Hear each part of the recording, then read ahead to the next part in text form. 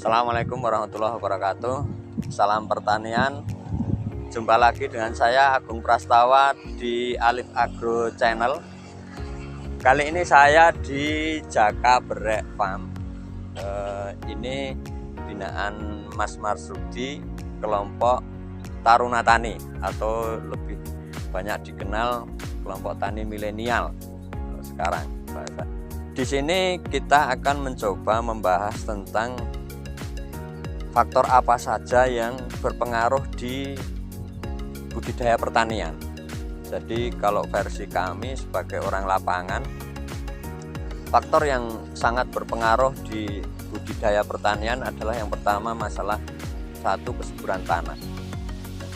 Kesuburan tanah ini nanti banyak sekali pengaruhnya, termasuk yang sangat dominan adalah tentang mikroorganisme.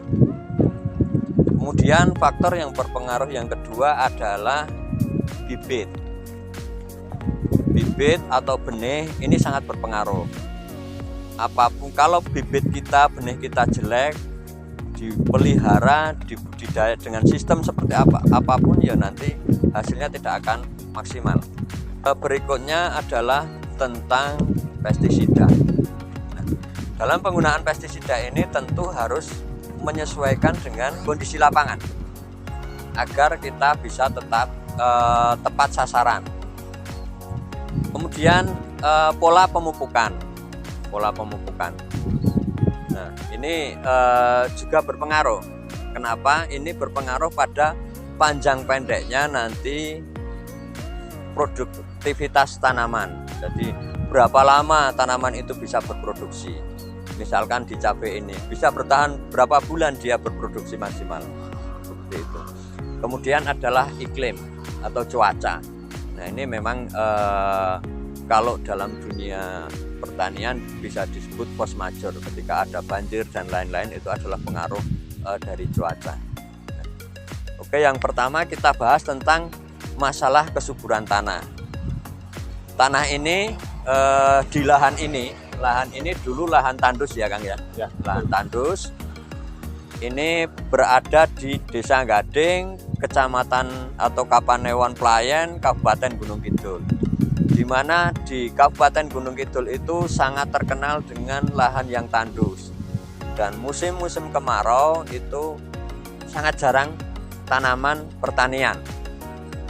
Dan untuk saat ini perkembangan pertanian di Gunung Kidul memang sangat luar biasa. Pengembangan tanaman cabai, bawang merah, melon, dan lain-lain itu berkembang sangat pesat. Ini karena apa? Karena kuncinya di air. Airnya mulai banyak yang bisa mengelola air. Artinya di sini mulai ada sumur bor dan lain-lain atau tandon air hujan yang disimpan untuk saat musim kemarau. Kembali bicara masalah kesuburan tanah. Kesuburan tanah secara alamiah itu sangat berpengaruh dengan mikroorganisme. Nah, itulah kenapa kita dari PT Alif Agro mengenalkan bagaimana sistem kembali pada pertanian ke alam. Artinya bagaimana kita bisa mengharmonisasikan, mensinkronkan yang ada potensi-potensi yang ada di sekitar kita untuk menjadi faktor penunjang dalam budidaya pertanian. Kebiasaan petani atau budaya petani di tempat kita, khususnya di Gunung Kidul ini, petani adalah peternak. Nah, ini salah satu kunci juga bagaimana tanah yang gersang ini bisa menjadi tanah yang subur. Artinya kalau punya limbah peternakan masuk ke lahan itu lama-lama akan menjadi media hidup mikroorganisme.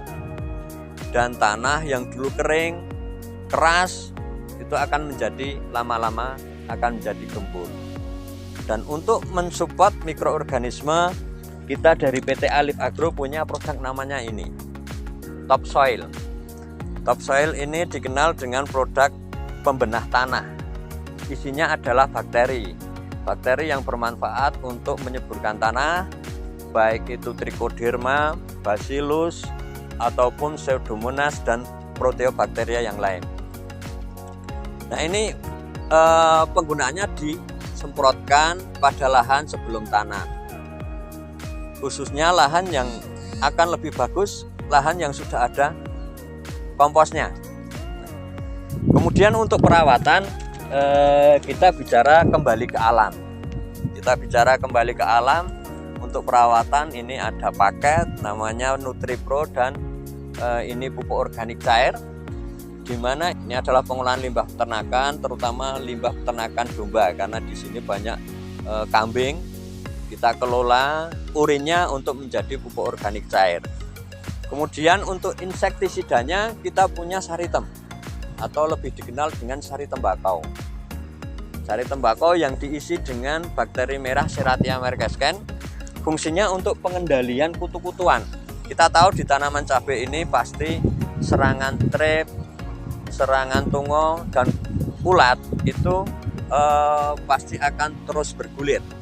Dan ini pengendalian atau pengendalian preventif dengan saritem, insya Allah tanaman kalaupun ada serangan tidak akan hebat, sehingga dengan sekali masuk insektisida kimia sudah bisa teratasi. Ini berbagi pengalaman tentang perawatan tanaman cabai khususnya di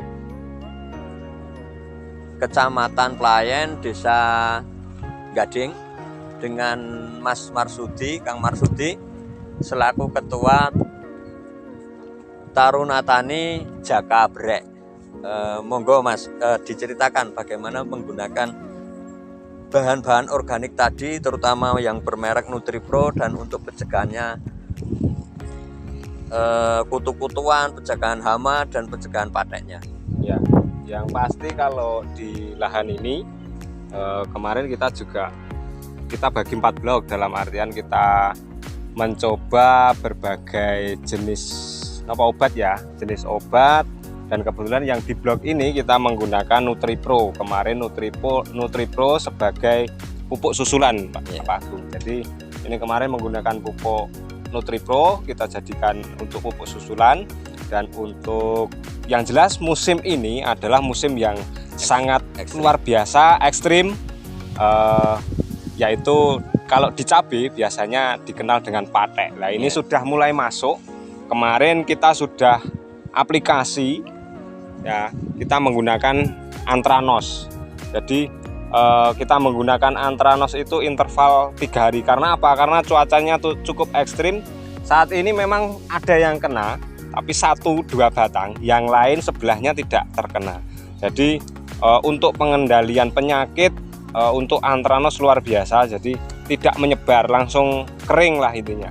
Langsung kering, tidak menyebar ke tanaman yang lain. Mungkin nanti bisa melihat perbandingan yang menggunakan NutriPro dan tidak menggunakan NutriPro. Ini yang untuk lahan blok ini, blok 3, ini kita menggunakan NutriPro untuk pupuk susulan itu 2 kali. Dan ini besok kita akan untuk buah kedua kita coba untuk menggunakan NutriPro lagi untuk penambahan nutrisi, biar nanti pembuahan kedua muncul bunga baru dan bisa berbuah lagi. Itu ya, Pak Agung. Ya, terima kasih Kang Marsudi. Jadi seperti itu kesaksian dari Kang Marsudi selaku Ketua Kelompok Tani Jakabrek, dan nanti akan kita tunjukkan secara keseluruhan lahan ini ada 1 hektar dibagi 4 blok, dan banyak demplot di sini, terutama produk-produk sarana pertanian.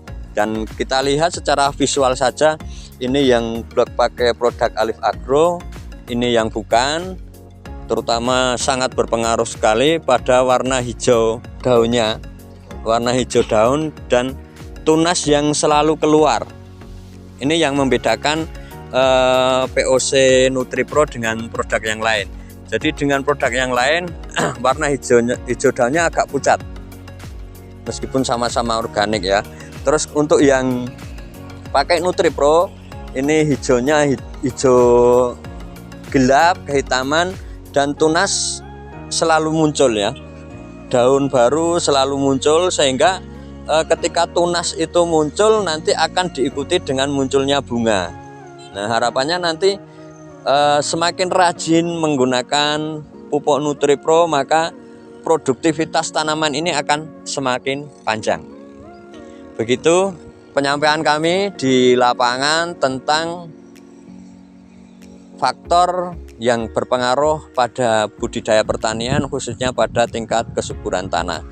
Kembali lagi kita sampaikan bagaimana kita bisa menekan biaya produksi dengan potensi alam yang ada untuk mencapai produktivitas maksimal, tetapi biaya produksi menurun, dan semuanya demi ketahanan pangan di negara ini. Oke, terima kasih dari kami. Mohon maaf atas segala kesalahan. Saya Agung Prastawa dari Alif Agro Channel. Salam pertanian. Assalamualaikum warahmatullahi wabarakatuh.